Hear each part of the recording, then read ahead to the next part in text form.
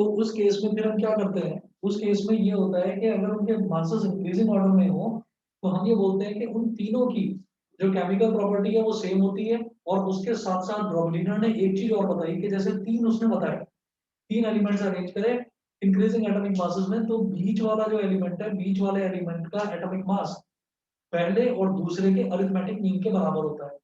Arithmetic mean कैसे निकलेगा कि पहले का मास और दूसरे का मास ऐड करो, डिवाइड बाई 2 कर दो। ठीक है, जैसे मान लीजिए तीन एलिमेंट्स हैं, फर्स्ट सेकंड थर्ड, वो फर्स्ट सेकंड थर्ड नंबरिंग कैसे करेंगे, इंक्रीजिंग ऑर्डर में होने चाहिए एटॉमिक मास उनके, एटॉमिक मास इंक्रीजिंग ऑर्डर में होने चाहिए। तो जो सबसे छोटा है और जो सबसे बड़ा है, उन दोनों का एडिशन करके डिवाइड बाई 2 कर दो, तो वो जो मास आएगा वो बीच वाले के बराबर है। ये उसने बताया डॉबरीनर ने। तो डॉबरीनर का ट्रायड कहाँ तक सक्सेसफुल हुआ और कहाँ तक नहीं हुआ वो देखना है हमें। तो पहले ये देखते हैं कि उसने कितनी तिकड़ी, कितने ट्रायड्स डिफाइन करवाया हो। तो सबसे पहला देखेंगे, सबसे पहला है the alkali metal group. First जो उसने ट्रायड डिफाइन करा था वो फर्स्ट ट्रायड था the alkali, ALKALI, the alkali metal group.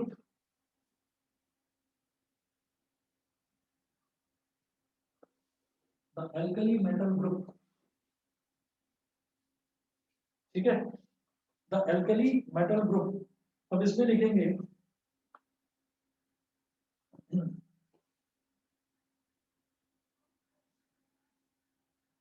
The elements lithium sodium and potassium, the elements lithium, sodium and potassium,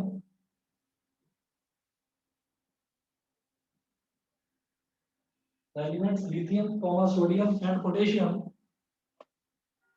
form the alkali metal. The elements lithium, sodium and potassium form the alkali metal group। ठीक है, तो इसमें आप लिखेंगे elements of the triad, elements of the triad। फिर लिखेंगे symbols, symbols, और फिर लिखेंगे लास्ट में एटॉमिक मासेस, एटॉमिक मासेस।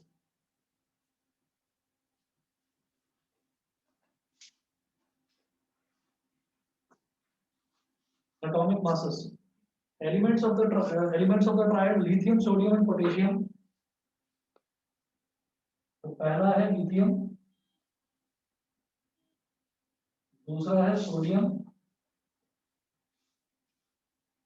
और तीसरा है potassium.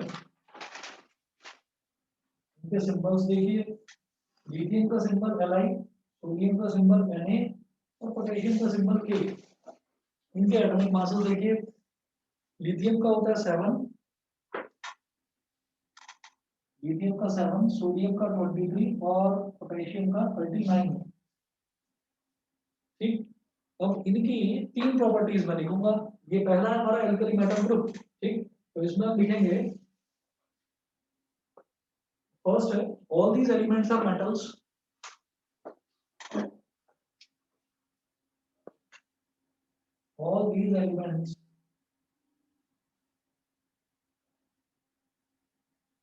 all these elements are metals। पहली property, all these elements are metals। Second है all of them react with water।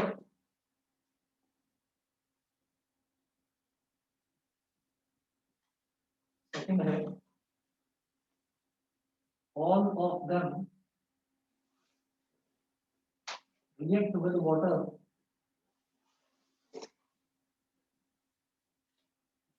all of them react with water to form alkalis and hydrogen gas। to form alkalis and hydrogen gas.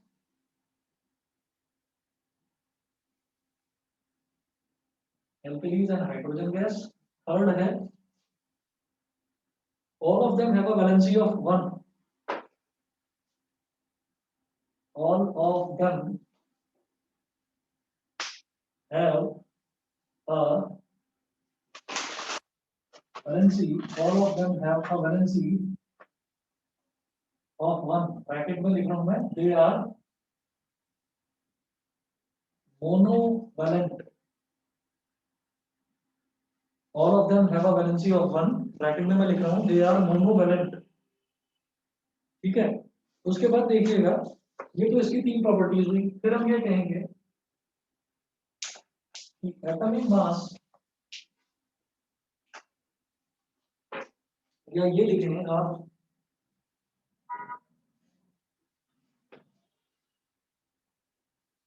हाँ जी sir हाँ ये अभी तीनों, हाँ जी बोलो। Sir हम atomic mass कैसे कैलकुलेट करते थे? एटॉमिक मास बताता हूँ अभी।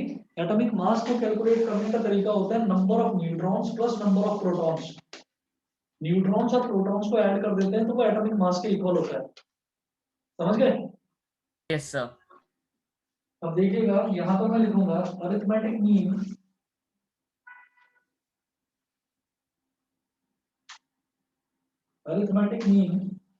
Of atomic masses of lithium, arithmetic mean of atomic masses of lithium and potassium is equal to, lithium का एटॉमिक मास है देखिए 7 और पोटेशियम का एटॉमिक मास है 39। इनका अरिथमेटिक मीन क्या हो जाएगा, दोनों को ऐड करो, डिवाइड बाय 2। 39 प्लस 7 कितना हो गया, 46। 46 अपॉन 2 कितना हो गया, 23। 23 which is equal to atomic mass of,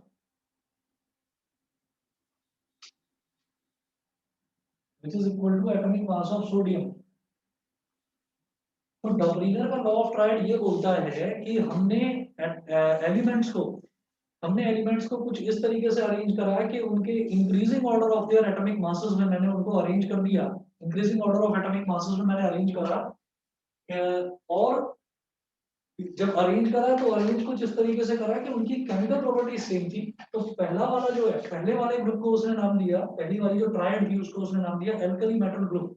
alkali metal group में उसने क्या बताया, पहला लिथियम, दूसरा सोडियम, तीसरा पोटेशियम। अब उसने बोला कि इन तीनों की सिमिलर केमिकल प्रॉपर्टीज है, लिखा हुआ है ना यहाँ पर, हैविंग सिमिलर केमिकल प्रॉपर्टीज। कैसे? हमने बोला कि तीनों के तीनों मेटल्स हैं, पहली चीज।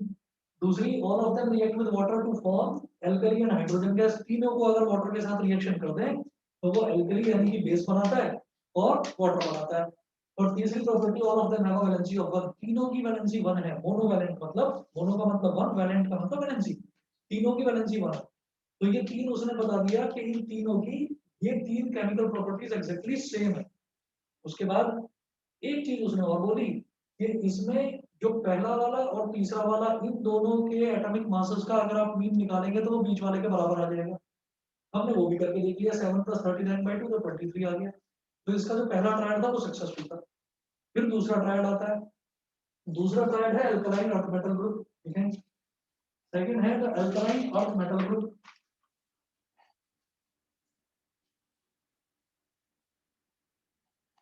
The alkaline earth metal group.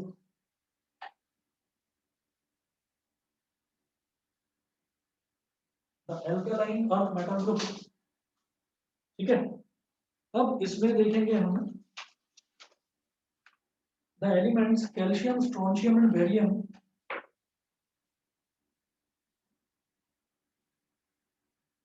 The elements calcium,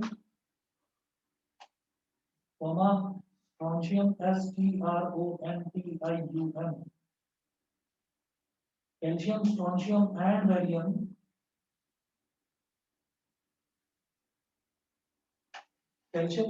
and barium form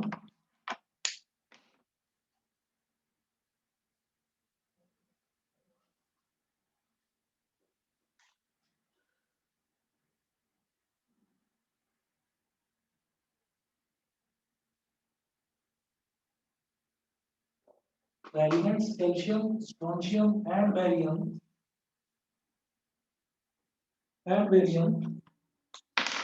form. Excuse me sir. हाँ जी बताइए।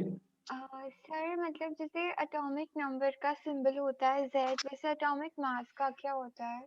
एटॉमिक मास का होता है कैपिटल ए। एटॉमिक मास का कैपिटल ए होता है। And sir number of neutrons कैसे निकालते हैं?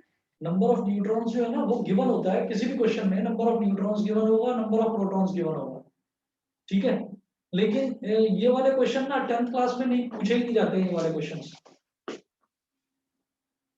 ठीक है। ओके। हाँ, नंबर ऑफ प्रोटॉन्स न्यूट्रॉन्स ये 9th क्लास में था आपका, स्ट्रक्चर ऑफ एटम में ये चीज पूछी जाती थी, यहाँ पर 10th में नहीं, ठीक है। Form the elements calcium, strontium and barium form the alkaline earth metal group. Alkaline earth metal group.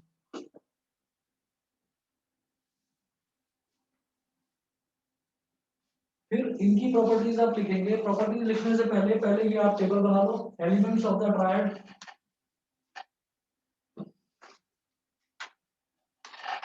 Elements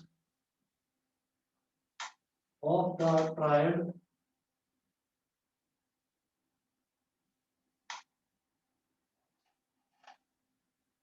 elements of the triad फिर सिंबल्स और फिर एटॉमिक मासेस।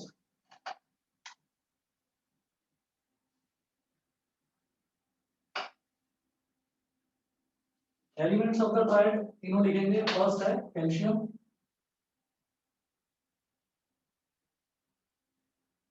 फिर सेकंड है strontium,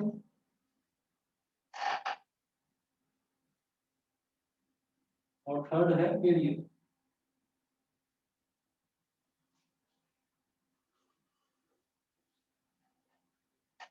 calcium, strontium and barium, और तीनों के लिखेंगे आप एटॉमिक मासेस 40, 88 और 37। 40, 88 और 137। फिर इनकी तीनों की प्रॉपर्टीज, जैसे यहाँ पर हमने प्रॉपर्टीज लिखी थी कि इनकी सिमिलर केमिकल प्रॉपर्टीज क्या क्या है, तो फिर इनकी सिमिलर केमिकल प्रॉपर्टीज भी लिखेंगे यहाँ पर। पहली प्रॉपर्टी देखिएगा क्या है। पहली प्रॉपर्टी है all these elements are metals.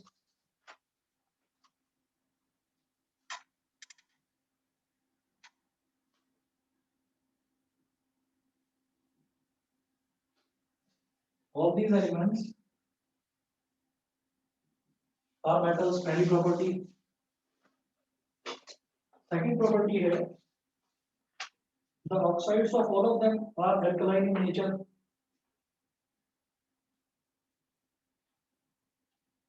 The oxides of all of them are alkaline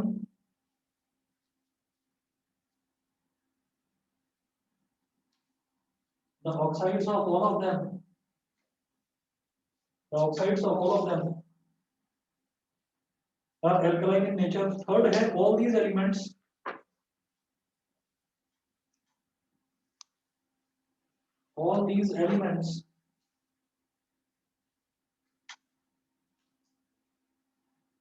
have a valency of 2। Bracket में लिखेंगे they are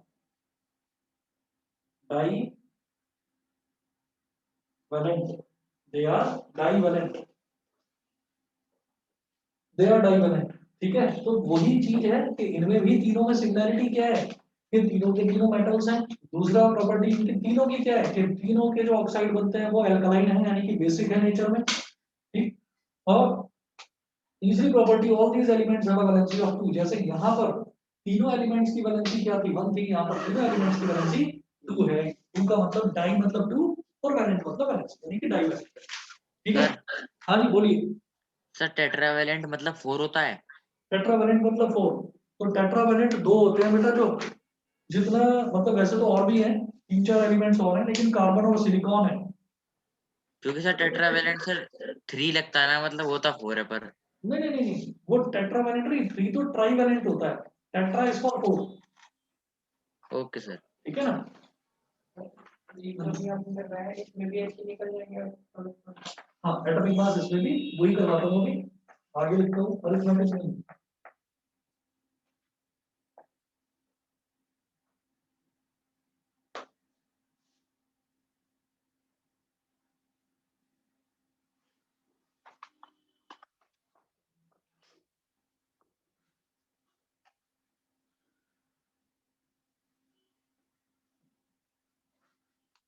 चलिए जी, अब मैं देखूंगा अरिथमेटिक मीन, पहले और तीसरे का अरिथमेटिक मीन। तो arithmetic mean of calcium and barium,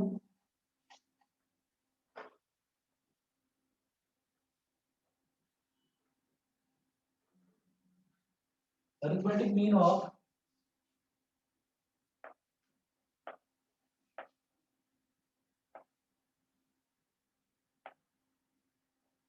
arithmetic mean of calcium and barium is equal to, दोनों के मासेस क्या हैं, 40 plus 137 upon 2,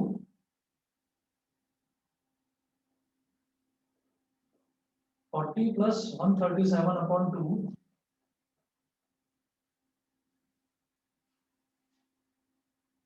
तो ये क्या हो जाएगा, 0 plus 7 हो गया 7, 4 plus 3 हो गया 7, 177 upon 2, 2 8 का 16, 17 minus 16 कितना हो गया, 1 हो गया, अगेन 17, तो 2 8 का 16, 17 minus 16 कितना हो गया, 1, 1 के आगे 0 लगाएंगे, 10 बन गया, 2 times 10, ये बन गया 88.5, जिसको मैं बोलूंगा अप्रोक्सीमेटली इक्वल टू 88। 88.5 मतलब लगभग लगभग ये 88 के बराबर है ना। और ये 88 किसका मास होता है, atomic mass of strontium is equal to atomic mass of strontium.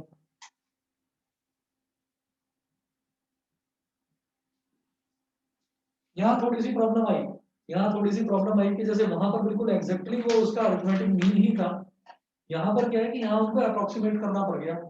पर चलिए ठीक है, मान लिया गया कि चलो एग्जैक्टली इक्वल नहीं है तो अप्रोक्सीमेटली उसके आसपास है। चलिए जी, फिर आती है इनकी तीसरी ट्रायल। हाँ, तो इनको अलग अलग बनाए, मेटल ग्रुप और वो पहले वाला, इनको अलग अलग अलग अलग इस वजह से कर रहे हैं कि देखो यहाँ पर मतलब इन तीनों की जो वैलेंसी है वो 2 है, उन तीनों की वैलेंसी 1 थी। हाँ, तो कैटेगरी अलग अलग हो गई ना, ये इस तरीके से नहीं। फिर वो हमने बोला कि वो भी मैटर थे, ये भी मैटर थे, ये आप सोच रहे होंगे कि दोनों सिमिलर है, पर प्रॉपर्टी वहीं से डिफर कर गई जैसे ही वो मोनोवैलेंट हुआ और ये डाइवैलेंट, तब तो वैलेंसी दोनों की अलग है, इसलिए। ठीक है जी, अगला देखेंगे, थर्ड है the halogen group.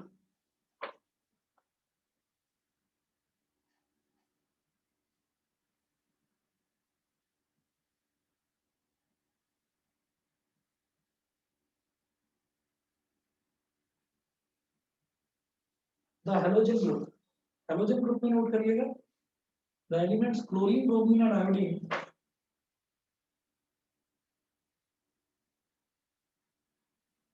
The elements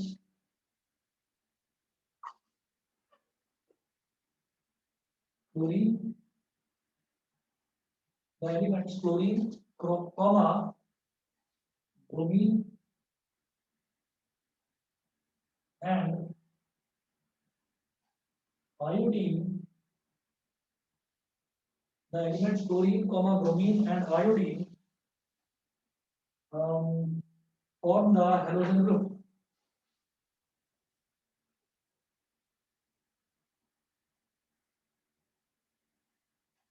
Form the halogen group. अब जब ये halogen group इसी तरीके से बनाइए टेबल इसकी भी,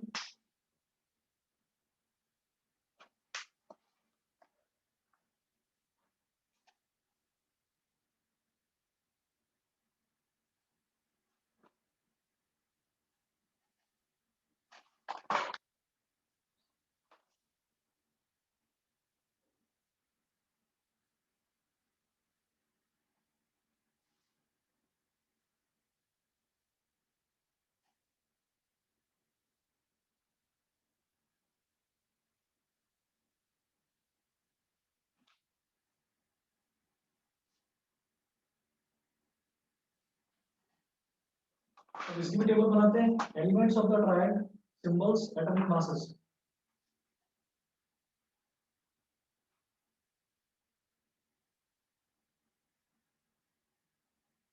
Elements of the triad,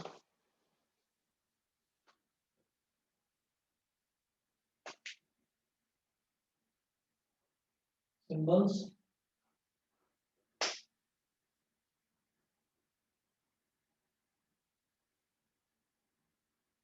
elements of the triad, symbols और atomic masses। elements क्या क्या है triad में? क्लोरीन, ब्रोमीन और आयोडीन मेंशन करिए। फर्स्ट है क्लोरीन, सेकंड है ब्रोमीन,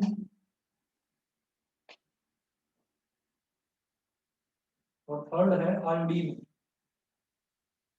इनके सिंबल्स क्लोरीन का Cl, ब्रोमीन का Br और आयोडीन का I। एटॉमिक मासेस 35.5,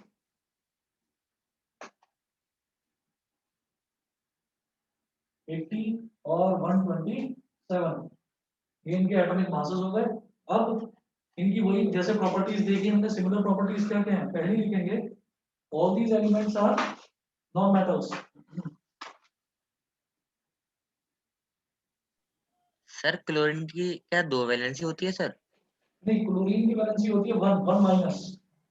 वो सर वो एटॉमिक मास 2 होते हैं क्या किसी एटॉमिक के? मास, एक मिनट, क्लोरीन के एटॉमिक मास पूछ रहे हो ना?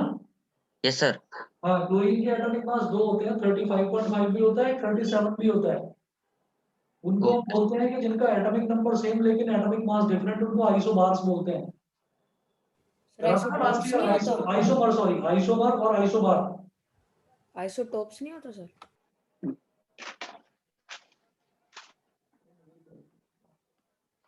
आइसोटोप्स सर मैंने जस्ट अभी आइसोटॉप्स पढ़ा। और सर होता है आइसोबार्स होते हैं। आइसोटॉप्स भी।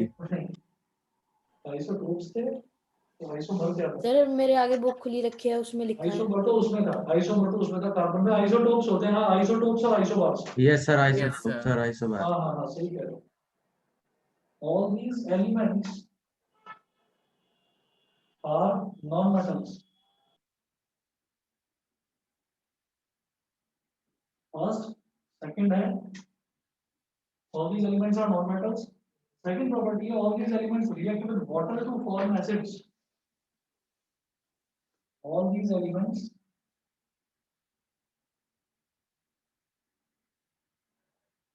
react with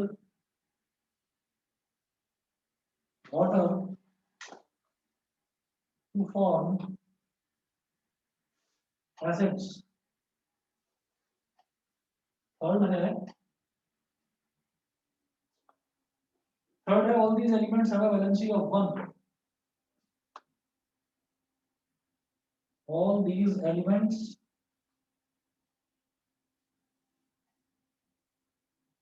have a valency of 1. Have a valency of 1.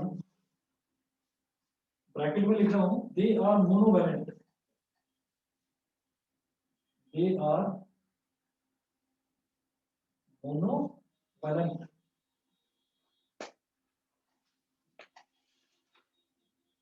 They are monovalent. इसके बाद अरिथमेटिक मीन निकालिएगा। अरिथमेटिक मीन पहले का और तीसरे का। सर अर्थमेटिक मीन फर्स्ट और थर्ड का ही निकलता है सिर्फ। अरिथमेटिक मीन फर्स्ट और थर्ड का। हाँ, फर्स्ट और थर्ड ओके का सर। अरिथमेटिक मीन वो बीच वाले के बराबर होना चाहिए। Arithmetic mean of chlorine and iodine. Arithmetic mean of chlorine and iodine. 37 ये सब थे। नहीं, ये वाला 35.5, क्योंकि तब तक ये वाला डिस्कवर हुआ है। डॉबरिनर ने मेंडलीव से और आपका नील बोहर से, इन सबसे पहले उसने बताया था डॉबरिनर ने कि यही एलिमेंट्स है। तो तब तक यही वाला एलिमेंट का मतलब इसका यही एटॉमिक मास डिस्कवर होता है। Arithmetic mean of chlorine and iodine ये हो जाएगा 35.5 प्लस 127 अपॉन 2। और ये क्या हो जाएगा 5, हाँ 5 + 7 हो गया 2, 12 सॉरी, है ना, और 1 आ गया कैरी, और 3 + 2 5 और 1 6, 162.5 अपॉन 2, तो 2 8 * 16, 2 8 * 16 और 2 1 * 2, 81 सर, 81.25, 81.25। ये आ गया 81.25, इसको भी बोलेंगे कि चलिए 80 के आसपास ही है ना, is equal to atomic mass of bromine.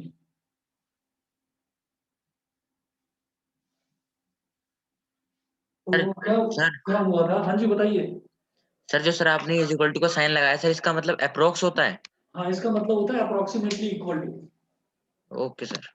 हाँ जी, तो ये हो गया एटॉमिक मास ऑफ ब्रोमीन, है ना, वो 81.25 एक्सक्यूज मी सर, गैप आता जा रहा है। हाँ जी बताइए। सर ये सब एग्जाम में लिखना पड़ सकता है?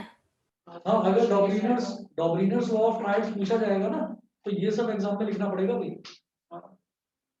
क्वेश्चन डॉबरिनर्स लॉ ऑफ ट्रायड का, अगर मान लो उन्होंने बोला कि कोई एक ही ट्रायड एक्सप्लेन करना है, तो वो तो क्वेश्चन आपका 1 नंबर का आएगा, ठीक है ना। और अगर मान लीजिए आ गया 5 नंबर का, तो 5 नंबर में तो फिर सारा ही अगर कहा कि एक एक्सप्लेन करना है तो पूरा ये वाले तो पूरा बिना properties तीनों में से और- कोई एक, तीनों में से कोई उसकी पूरी प्रॉपर्टी और ये इसका एटॉमिक मास का। मतलब सर एक ट्राइड मतलब जैसे पूरा हेलोजन ग्रुप एक्सप्लेन करना। हाँ जी, हाँ जी, हाँ जी, तो उसका बस एक काम हाँ हाँ, थोड़ा केमिस्ट्री में देखिए लिखना तो पड़ता ही। ठीक है, अब आप ये देखिएगा कि ये सर एटॉमिक आई मास हेट केमिस्ट्री। सर नहीं आया सर, एक बार सर बताना फिर से। क्या नहीं आया, सर यहीं से सर 18.25। 80 नहीं 81.25। हाँ सर 81। हाँ 81.25 उन्होंने बोला कि वो उसके बीच वाला जो एलिमेंट है उसके एटॉमिक मास के इक्वल होगा, एग्जैक्टली इक्वल तो नहीं है, तो उन्होंने कहा कि चलिए अप्रोक्सीमेटली इक्वल है, 81.25 आसपास है 80 के, ये बोल दिया, ठीक है। अब हुआ क्या कि इन्होंने ये 3 ट्रायड बताई थी, एक तो एल्कली मेटल ग्रुप, एक अल्कलाइन अर्थ मेटल ग्रुप और तीसरा था हैलोजन ग्रुप। इसके बाद जो है बाकी के जो एलिमेंट्स उस टाइम तक डिस्कवर हुए थे, उस टाइम तक जो बाकी के एलिमेंट्स डिस्कवर हुए थे वो उनको किसी भी तरीके से ट्रायड के फॉर्म में एक्सप्लेन कर ही नहीं पाए। तो यानी कि डॉबरिनर ने सिर्फ अपनी 3 ही ट्रायड एक्सप्लेन करी, 3 के बाद उनका जो लॉ है वही फेल हो गया। तो 3 ही ट्रायड उन्होंने बनाई थी और 3 ही ट्रायड आपके सिलेबस में भी है, उसके आगे ट्रायड है ही नहीं, तो यही आपको करना है। इसके बाद जो अगला साइंटिस्ट आया था उसने डॉबरिनर लॉ ऑफ ट्रायड में जो कमियां थी उनको दूर करा, और न्यूलैंड था वो साइंटिस्ट का नाम, तो न्यूलैंड लॉ ऑफ ऑक्टेव्स आया। तो डॉबरिनर के बाद फिर अगला करेंगे नेक्स्ट क्लास में न्यूलैंड लॉ ऑफ ऑक्टेव्स। मुझे लगता है इतना तो सभी को क्लियर हो गया होगा। हाँ सर इतना तो सर क्लियर है। Yes sir. यस तो सर। बस इतना आप लोग जो है साथ के साथ लर्न करते जाइएगा इसको, ठीक। अगला करवाता हूँ फिर न्यूलैंड लॉ ऑफ ऑक्टेव्स, ठीक है। Okay sir. नमस्ते सर। ओके नमस्ते सर। तो ओके, बस मैं 1 मिनट नोट कर रहा हूँ। हाँ जी, हाँ जी, नोट